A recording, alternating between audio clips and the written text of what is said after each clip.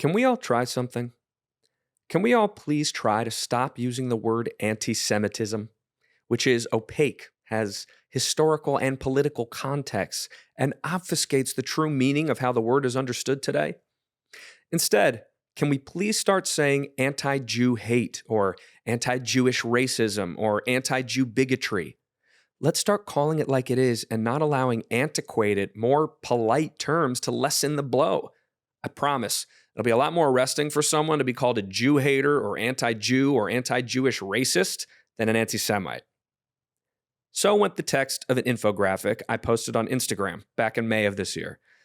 The idea had been lodged in my mind after too many frustrating interactions with folks online, where instead of having the black and white conversation of, is this anti-Jew hate or not, we'd get lost in some pseudo-academic nonsense about the term anti-Semitism itself.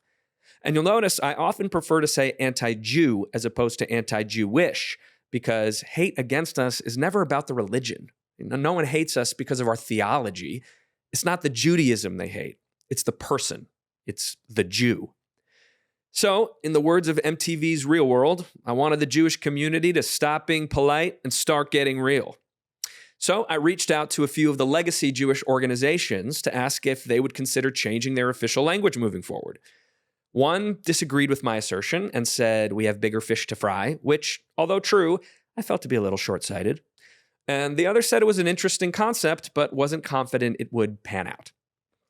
It was around this time that by a stroke of luck, my mother Julie, who, as some of you may know, is the current chairwoman of Jewish Federations of North America, reached out to connect me with a woman named Gretchen Barton, who is the founder and principal of Worthy Strategy Group, a research and behavioral science consulting group, which basically means they get hard data and deep understanding about how people think and feel about a whole host of issues.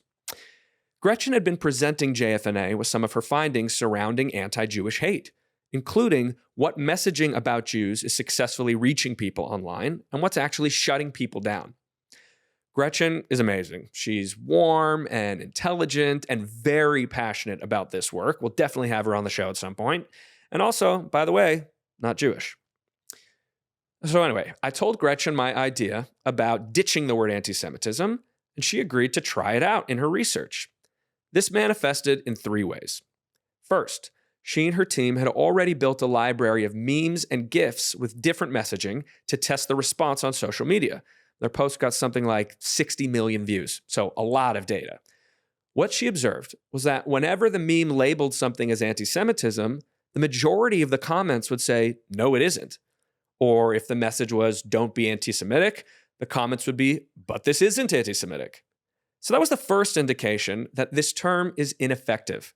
It's too ill-defined, too misunderstood, too often misused. Second, she convened an ethnography, which is a word I learned today, and basically means she gathered an online panel of 15,000 diverse Americans. And the results were stark. While the vast majority of American Jews believe that anti-Zionism equals anti-Semitism, which, spoiler alert, it totally does, but that's for another episode, only 13% of these panelists agreed. So again, something about the term anti-Semitism is leaving too much room for interpretation and rendering it ineffective as a tool for calling out hate and changing minds. Lastly, and most pointedly, she showed the panel images and clips of anti-Jewish things and asked, what do you most strongly feel you are seeing? Is it anti-Semitism, anti-Jew bigotry, anti-Jewish racism, etc., with a litany of terms? And the most popular response to these prompts was that they were witnessing racism. Racism, anti-Jewish hate, anti-Jewish bigotry, anti-Jewish racism, all these terms were much more easily identifiable and relatable for people than anti-Semitism. So to recap, we gotta start telling it like it is. The people of planet Earth are not all working from the same definition of what anti-Semitism is.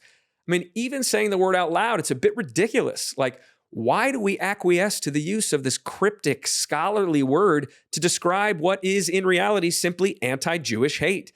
Why are we making it harder and more complicated for ourselves? I mean, what other minority group is consistently lobbying institutions to simply agree on a preferred definition of what hate against them consists of? It's madness.